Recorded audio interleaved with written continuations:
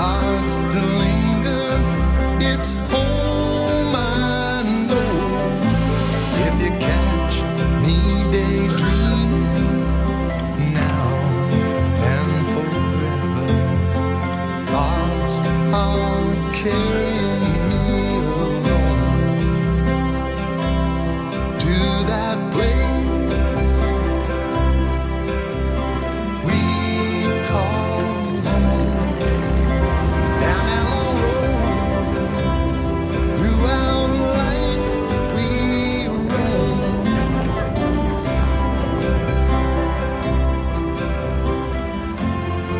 If ever the history of a town was wrapped up in one landmark, it is right here. For practically a century, like a queen, she reigned at the center of things. High hopes, dreams vanished, fame and glory, until in the end she herself became old and was abandoned. But then, like in a fairy tale, she was brought back to her position of high esteem. Today, this grand old lady lives to tell the story of the community that is hers. This is Victoria Hall in the southeastern Ontario town of Cobourg.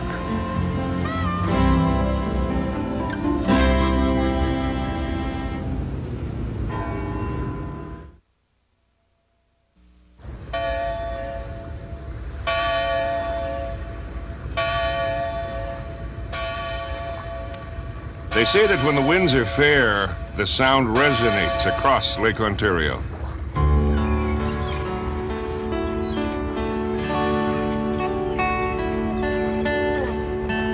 The bell has measured time and welcomed new arrivals sailing in from the lake to the threshold of this town. The lake has also cemented a bond between the people lining her shores.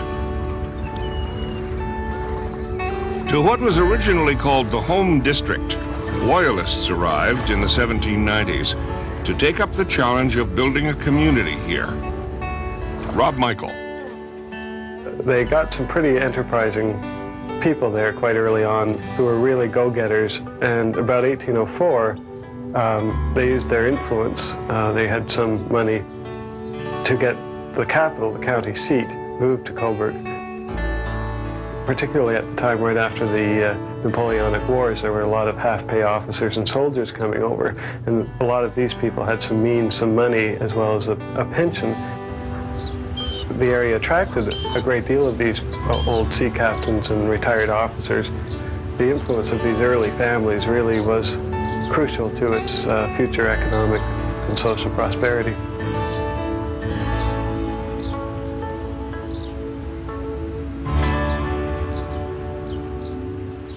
It was really up to the local community to prosper or not. So you had to have a lot of aggressive and outgoing citizens to make things happen, and Cobourg was fortunate enough, sometimes overly fortunate from what happened in its later history, to get these people and to promote the town the way they did. At the center of the newly formed District of Newcastle, which then boasted a total population of 1,780, the drive for leadership resulted in the building of institutions, including the prominent Victoria College. The founder of Ontario's educational system, the Reverend Egerton Ryerson, was its first president. The town's position on the map at the crossover of east-west, north-south transportation gave it a focus. The laying out of the Danforth Road, which followed the shoreline linking York to Kingston, gave rise to the stagecoach operation of the renowned William Weller. Weller would come to play a key role in future Cobourg ventures. The road, coupled to the growing importance of a mostly man-made harbor, created the pivot that would turn the community's wheels of fortune. The presence of the harbor today is reminiscent of days when thousands of immigrants passed through here on their way to settle the North Country. While on his American tour in the 1800s, Charles Dickens found Cobourg to be a cheerful little town. Susanna Moody, however, on arriving in the middle of the night, had a different opinion when she couldn't even get a place to sleep in Strong's Steamboat Hotel. The Victoria College building is a reminder of early aspirations. The college became part of the University of Toronto and relocated there in 1892. By the middle of the 19th century, the town's population was 5,000, and the likelihood of it becoming a city of the future inspired many an entrepreneur. Most of the roads, most of the buildings, the harbor, they were all built as private projects, and people had bought shares in them, and this is how they raised the money for things like Victoria College, for the harbor, for the Cobourg to Peterborough Railway, was through shareholding by most of its citizens. Although it had some government involvement, it was basically all done by local initiative. In the 1850s, the forbidding granite of the Canadian Shield yielded rich deposits of iron ore. This, along with the resources of limestone and timber, as well as the human migration to the burgeoning community of Peterborough, whetted the appetite for venture. A group of key players, including William Weller, by now Cobourg's first mayor, landed a railway charter, one of the earliest granted in Canada. As the line was driven northward, in its path lay a water barrier that would become the project's Waterloo. Peter Delanty. They got as far as Rice Lake. That proved to be a very, very difficult sort of bridge to build. It wasn't built at a very high level, and it was trusses, and trestles were put out, loaded with rocks, and the framework of the bridge was put over top of it.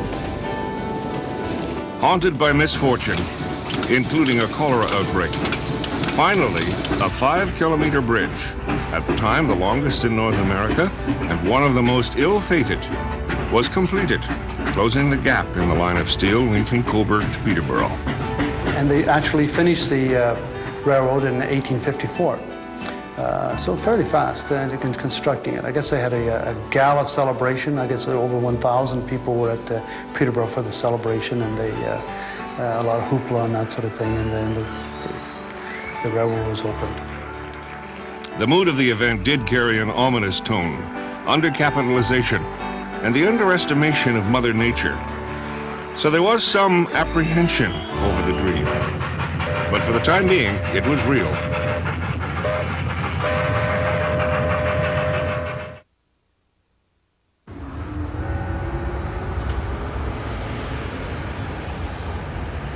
With the approach of the mid-century, faith in the future knew no bounds.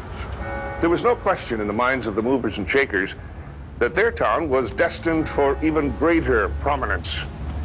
Not only would they capitalize on the resources to the north, but they would see to it that Cobourg had a town hall appropriate to its position.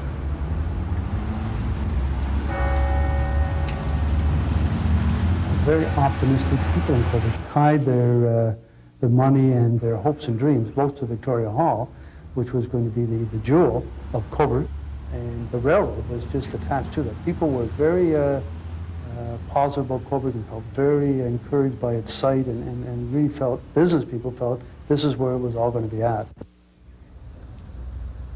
The foundation for Victoria Hall was laid in 1856. Kivas Tully, who was the architect, had drawn up plans for a competition, which he won.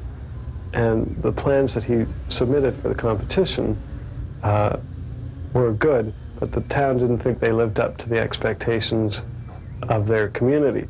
So they had Kivas Tully go back and redesign a much more grand town hall, which is the one that was built, done in the Palladian style, which was an English style based on the Italian Palladio's works, but came to epitomize that kind of English assembly hall, that English town hall. And it was built on a rusticated stone base, which was the first floor, had a huge portico on the front, and a huge cupola or clock tower, which would be the center and the focal point of the community, which could be seen from literally miles around. Housing a replica of London's famous Old Bailey courtroom, Victoria Hall buzzed on the evening of September 7, 1860, the greatest moment in the town's history. The official opening, crowned with the presence of royalty. There was a grand ball held in the assembly hall, There was a great deal of curiosity and even rivalry over who was actually going to be able to dance with the Prince of Wales at the ball. There were many officials who really felt that their daughters should be the ones to have the honor. In the end, there was a list of 18 drawn up, representing basically the major power holders of the community. As gossip of the gala lingered after the ball was over, the prince, traveling the newly completed railway, had to be taken by land around Rice Lake. Then the news broke. The infamous bridge was faltering. Soon spring ice knocked out the piers, dragging the trestle into icy waters, and with it, untold fortunes. A lot of very prominent people in Cobourg lost a lot of money and went from being very wealthy to almost being paupers overnight, because they had a lot of money invested in it, and they felt for sure this was going to be a financial gold mine, and it wasn't. The economic failure of the railway, the Cobourg to Peterborough Railway, the cost of Victoria Hall, and the fact that people couldn't pull in their capital caused the town itself, the municipal government, to almost go bankrupt. And if it hadn't been for the provincial government coming in and bailing them out of the situation, then the town would have collapsed. With its dreams vanished, Cobourg's uneasy future was also tied to a world economic recession. It now counted on remaining industries to hold its workforce together. Among the more important was the Ontario Woolen Mills, claimed to be the largest of its kind in British North America. Ironically, the plant was heated by a salvaged locomotive boiler. By far the largest employer in town, with some 300 people, was the Crossan Car Works. The company built a variety of railway cars, specializing in luxury Pullmans. The Governor General, the Marquis of Lorne, and his wife Princess Louise, once toured the continent in a specially designed Crossan coach, christened the Victoria. Well, those were the days. There was renewed interest in the railway and the Marmora mines by Americans, who reopened the company and began building a branch line to bypass Rice Lake. Raw materials were shipped across Lake Ontario, returning boats bringing in coal. When the Grand Trunk Railway took over, U.S. interests in Cobourg remained. Much of the ore that was mined here made its way to Pennsylvania. And it happened to be that a Pennsylvania industrialist was the man who saw through those dark days. It was his appreciation of the area that would ring in a whole new era, that of a summer resort town, promoted as having the second highest ozone level in the whole world. Cobourg Marmora Railway and Mining Company's principal shareholder was millionaire George K. Schoenberger. His son-in-law, Colonel William Chambliss, appreciated the contrast here to the heat, soot, and smog of Pittsburgh. It was really through Chambliss that Cobourg achieved its fame as a summer resort. He continually had his friends coming to visit him who liked the atmosphere, the climate, the society. They found a very pro-British, very Anglo society, which appealed to the Americans at the time. And there were some aristocratic members of living in Cobourg at the time, and they liked this sort of foreign. They could go somewhere which had a kind of foreign element to them. So they liked this, and they kept coming and continually staying at his house. And he would just have his house filled all summer, so he decided that he'd get a group of Cobourg men together, and they'd basically form a hotel company, which they did. And in 1874, they built what became the Arlington Hotel, which was a real, very large first-class hotel. Very plain on the outside. It became known as the barracks, really, because the outside was so plain. They put all their money on the interior of the hotel. And to get things going, in about 1874, 1876, Chambliss and a local Cobourg doctor traveled around the state, saying that Cobourg had the second highest ozone content in the atmosphere, and ozone at the time was considered very salubrious and beneficial to one's health. It's never been proven. It was just a sales pitch, and it seemed to work, because the hotel for the first couple of years had been losing money, but after this venture, it started to gain fame. They say, too, that every Civil War officer passed a summer in Cobourg, and not just from the north, but also from the south, because the southern officers like Cobourg a lot because and southern families in general, because they could escape the sweltering heat of their climate without having to spend any money in the northern states.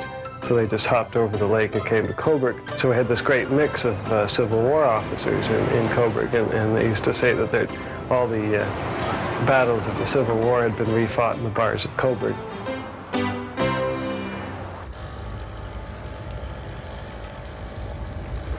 This heyday of life in the summer lasted until the First World War. The closing of the Arlington in the 1920s marked the passing of an era. Meanwhile, Cobourg's waterfront continued as a tie to the U.S.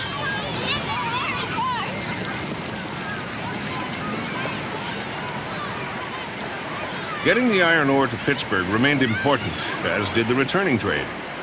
As the transportation of commodities evolved, by the turn of the century, ferries were built that could transport rail cars. These boats also sustained the north-south movement of people, and they ran into the middle of this century. These ferries had an upper deck which was built for passengers. In fact, they had sleeping quarters and could carry up to 1,000 passengers. As a matter of fact, they had a large dining room, a dance hall, and so it was very much like an ocean liner in a sense on a miniature scale. And one of the major enjoyments to people from Cobourg into Rochester were these, what they'd call excursions, either excursions to Cobourg or excursions to Rochester, where they'd have these special days where people would come with their families, and up to 1,200 people would board the ferry and go off to Rochester, or come from Rochester to Cobourg for the day, and they'd have picnics and special outings. It was all part of this summer colony experience in Cobourg as a resort town. Victoria Hall, the inspiration of town founders, admired by generation after generation. In her shadow, every important town event, the mourning of heroes lost, justice to be served, celebration of those returning home, tributes to kings, queens, and everyday people. She has seen it all. Throughout the ages, since that grand ball of the last century, it has stood a visual anchor to the town. And today she embodies a spirit of Renaissance.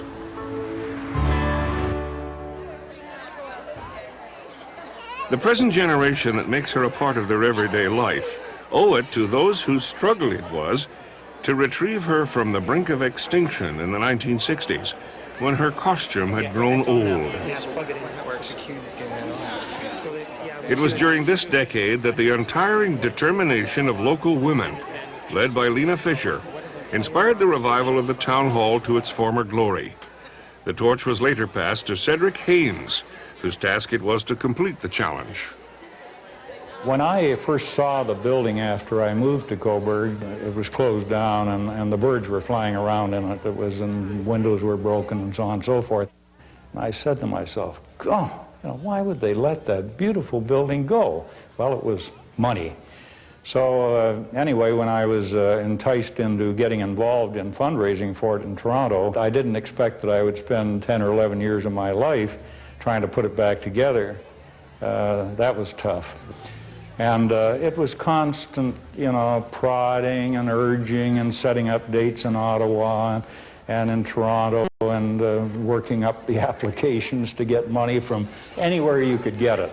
And so eventually we got the job done. We always talked about it being not a museum, but a people place, and it's a jumping people place today.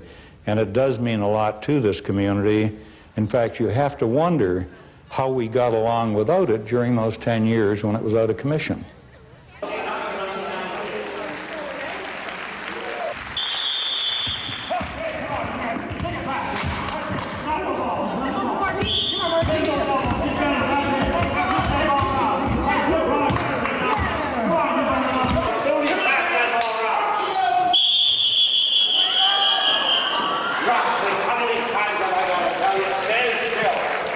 Ain't right for the basket to be chasing the ball.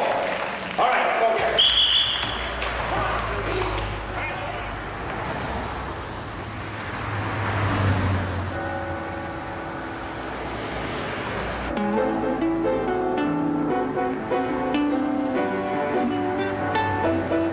Victoria Hall. Prominent in the town and its history, an inseparable part of both.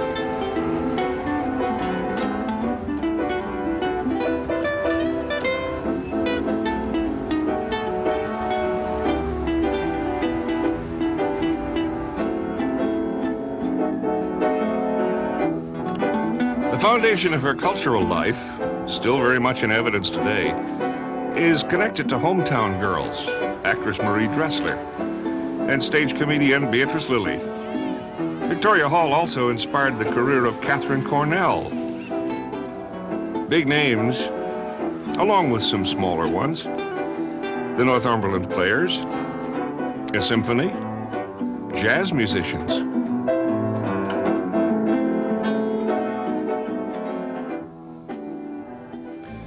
On the shoulders of those who have come before, a town has been built. The names of Weller, Burnham, Boswell in the beginning, Egerton Ryerson in education, Sir John Murray in science, Cobourg, father of Confederation, Francis Duffy in religion, Edwin Gillette, prominent historian. All have contributed to the spirit of community involvement that is the legacy for today's generation.